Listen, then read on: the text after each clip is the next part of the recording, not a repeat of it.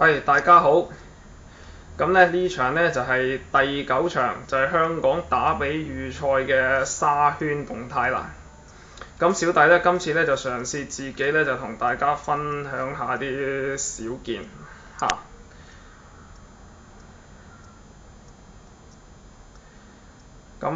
希望喺時間掌握方面呢就會做得好啲啦。呢隻呢就係利好。第一匹走就出咗嚟沙圈。我睇過佢呢，最後試跑嗰課呢，就同之前就差唔多啦嚇，即係保持個水準。咁呢隻呢，喜蓮福星就上次贏咗呢個經典一哩賽一出即勝。咁如果唔係因為最後試跑嗰課話，因為話隻右前蹄呢就痛呢，相信而家係唔會3.7倍。咁我相信就一早已經係可能係10零20蚊㗎啦，因為已經係上場贏咗一出，就因為贏。雖然我自己就唔係好認同上場本地一級賽嗰場水準嚇。咁其實呢，就以而家喺我哋外表睇呢，呢隻馬呢係冇乜問題，即係行起上嚟呢都唔會話有乜即係睇唔出有乜問題。咁但係就算冇呢個事件呢，我賽前呢都已經係擔心佢一個問題，就係上場呢，佢一出即勝嗰場呢係騎咗9成9騎得好盡。咁而一隻只係操得1個月齡嘅馬呢，我係有呢方面嘅戒心。咁呢一匹呢，就係永不回望呢，就上次呢喺經典一哩呢係大熱嚟嘅。咁輸呢，就我覺得呢係因為嗰個騎師呢，就即係俾而家啲賽馬傳媒好捧到好高嗰位騎師呢，柏寶呢，就因為佢緊張就令到匹馬重口望空就放咗3段咁入直落係冇力。咁呢今次呢，就賽前呢，我喺最後試跑睇佢呢，就驚佢係唔夠火睇落。咁但係臨場呢，就雖然係佢而家係好燥，咁但係呢，就反而係即係少咗一重擔心佢唔夠火。咁就希望今次用無思爾呢首韁繩呢，就可以喺早段留得住佢啦。咁呢一匹呢，就狀態呢，就喺由直至到最後試跑呢，就係一路都冇問題嘅，就係綠色進威。咁其實呢，就喺即係直至最後試跑為止呢，方家柏嗰3匹馬呢，全部狀態都係一流嘅。咁不過呢，我就少少唔中意一點呢，就我 check 過個血統呢，呢匹馬個血統呢，就父系係早熟，母系呢就善跑，多數係以1哩以下為主。咁佢夾硬呢，就其實我覺得佢係用個高分呢，就掹上嚟跑1600同1800。咁上場佢以最高分身份呢，就力捉住頭3段呢，咁都係輸俾即係以失3甲呢，咁就理論上呢，掹到越長呢，就應該越唔着數。咁佢呢，就喺神課呢，就今次就教到匹馬係攣咗嚟跑，咁就睇下會唔會係再掹到上去嘅。呢匹勇將軍呢，就個來頭好大，就係澳洲呢個1級賽嘅亞軍。咁但係呢，就即係用沙圈或者用操練去睇呢，我都係覺得隻馬係太急都仲係嚇，即係佢嘅神課係跳得好快，但係佢動態係好急嘅都仲係。咁就只不過呢，就安慰啲嘅呢，就係佢比起我1月睇佢嗰陣時呢，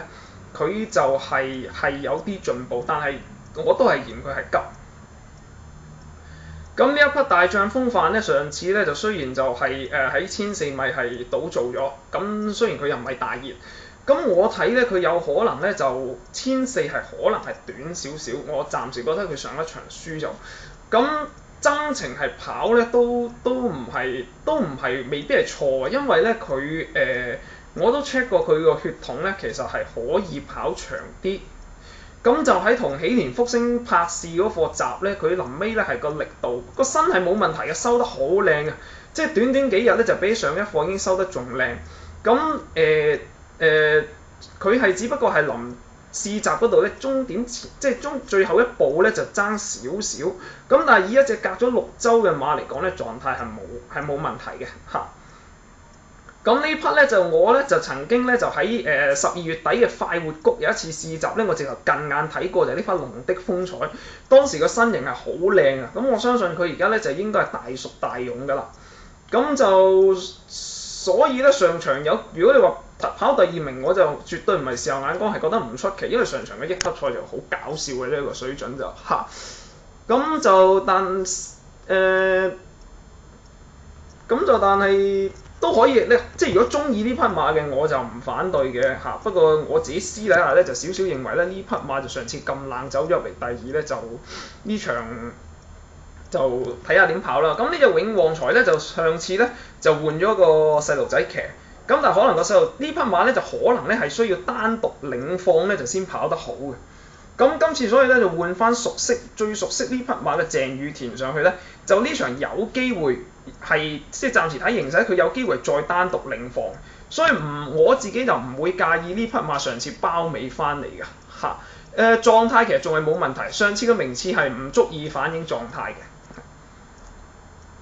咁呢匹馬咧，路月咧就勝在係根據好。咁就係咧佢上次係暫時全組馬咧係暫時唯一一匹係贏過沙田嘅1800米草地嘅嚇。咁就柏寶揀呢匹馬而唔要高分嘅永不回望咧，主要就係我相信係個根據就多即係比較多啲。咁就但係呢匹馬咧上2次咧我仲見佢係要試嘢嘅，即係要個馬房係要試一試匹馬。咁我自己承認暫時未掌握呢匹馬太多，就唔算係一個話好深水嘅提供。佢外在我睇佢最後狀態係冇嘢嘅，雖然係。咁反而呢匹咧就雖然試習係第2，咁但係咧就睇佢啲腳咧就出腳咧，即係柏中心美麗嘅課閘咧就已經出腳係亂咗㗎啦。咁同埋咧就最後嗰課咧就已經係想盡量去谷火，但係咧就始終都好似係谷得即係唔係好谷得起。咁最主要咧我相信就因為呢隻馬喺法國最後一場表列賽咧就俾阿蘇銘倫就係用得好盡咁先贏，我相信係暫時未回得起嘅原因。咁呢匹馬咧我就係話啦，一開始講過話方嘉柏3匹馬咧都係好靚嘅，咁所以咧旺角手攞呢個最佳外觀獎咧都毫不意外。咁就即係呢場佢雖然表面上佢卡士其實就唔係好夠，因為佢喺2班都未贏過，就只係跑第2。咁但係全場馬其實個水準只係稍係比上次經典1哩賽好啲嘅啫。咁就呢啲馬，因為蘇銘倫咧就今季就唔理啲馬3721都鏟上嚟，咁入 pace 都唔出奇。咁其實我最想睇咧就係呢匹花好月圓，其實佢機會就唔係好。咁但係咧呢匹馬咧就我由12月又係谷集睇到而家咧，呢匹馬咧我認為到而家係需要用去跑，咁個身咧就先係呢匹係我暫時認為係比較硬身少少。就算我而家睇咧，我都稍嫌佢個身係硬少少嘅。最後試跑我都係覺得係，而家臨場我都覺得係。咁就咁但係上次又因為跑得係算係喺預期之內，因為上次咧係冇呢次咁好嘅睇落。咁跑咗一場咧係喺臨場睇咧係稍進步啲，但係呢隻咧係始終都係要去跑去收翻身嘅馬嘅。呢隻馬係個身係硬少少啦，呢場都仲係。咁就但係已經係好過12月谷集嗰次。12月谷集嗰次咧，我覺呢匹花好月圓咧根本係唔可以拎出嚟跑嘅，嗰個馬身係直頭用漏爆嚟形容嘅嚇。咁就呢匹旺角手，正如頭先咁講啦，蘇銘倫咧，如果係肯即係佢係呢啲馬咧，佢係唔係都如果佢用佢啲功力捽翻上嚟咧，有位置都唔出奇。正如上次龍的風采喺經典1哩以一個低分身份鏟入嚟咧，都唔出奇嘅。